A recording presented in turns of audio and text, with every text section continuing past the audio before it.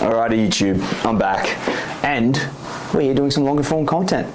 I'm sick of trying to do it on Instagram. So we're going to revert back to this, and today's topic is when to put a pin in your sessions. And this is a topic that I sort of hold quite close to my heart, because there are many times when you are building up in your heavier sessions and you're like, okay, this is not feeling the way it should. And then how are you going to deal with that? Break it up into 3 different categories. Category 1 is just going to be what is going on in your training that might be making this happen, and how to recognize that it's part of your training program right now. It's expected of that to happen. 2, 3. Cool. So we're going to establish and I'm going to break this up into 3 different parts. First one is just recognizing that it's potentially going to be a poor session. Number 2 is then, why is that happening? Being able to review and understand what's going on with your current training block. And then number 3 is, what are the things that you can do to make sure that maybe the next day or the following days that you can try and either have another crack, or you're able just to move past. So part 1, recognizing it's going to go poorly.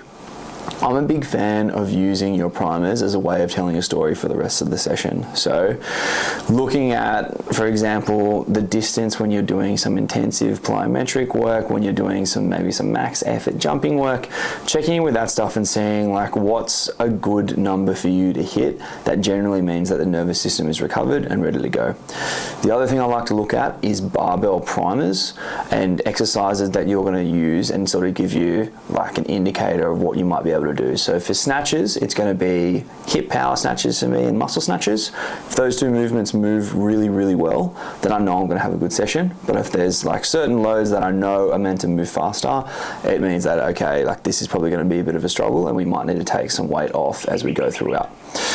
Then when it comes to cleans, very similar. I just do power cleans, and when there's certain loads that I know are not moving well, it's going to tell me and give me an idea of what's going to be happening throughout the session, and if it's going to be a good or potentially a bad day.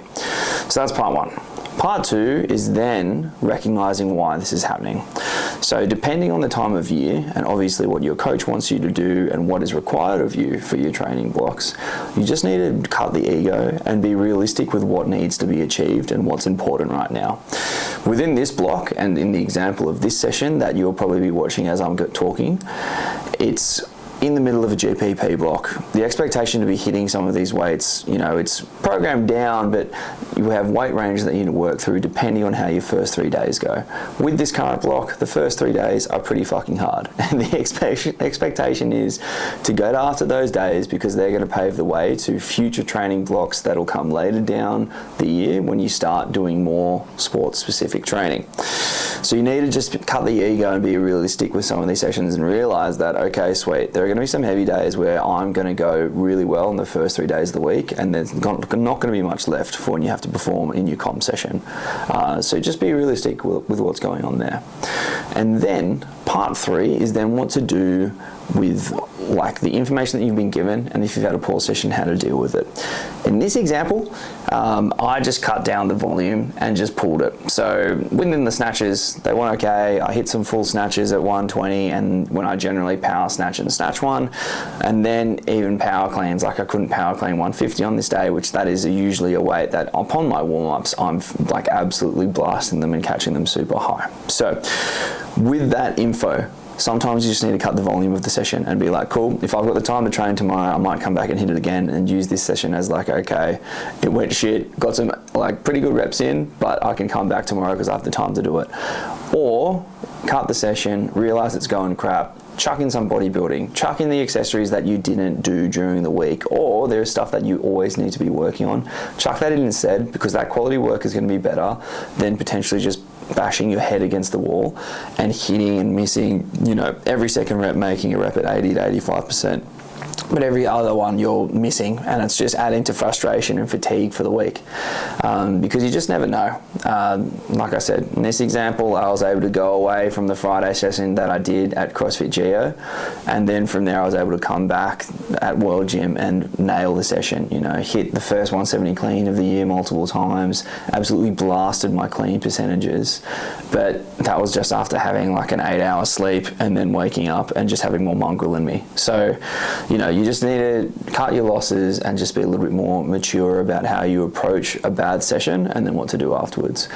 Many moons ago, I definitely would have done that. I would have tried to have pursued for the session and just tried to, you know, make or miss league, basically. Just like kept putting my head through the wall and seeing what would happen. But as you get older and as you mature more in the sport, you just got to be more realistic with that and understand that that's the stuff that's going to bury you for multiple days at a time, versus you being able to be mature enough and be like, cool, I'm just going to cut it there, and then I know over the next week or so it's going to mean that I can actually recover, go play some PlayStation, it's not that deep, just relax, and then come back and hit it.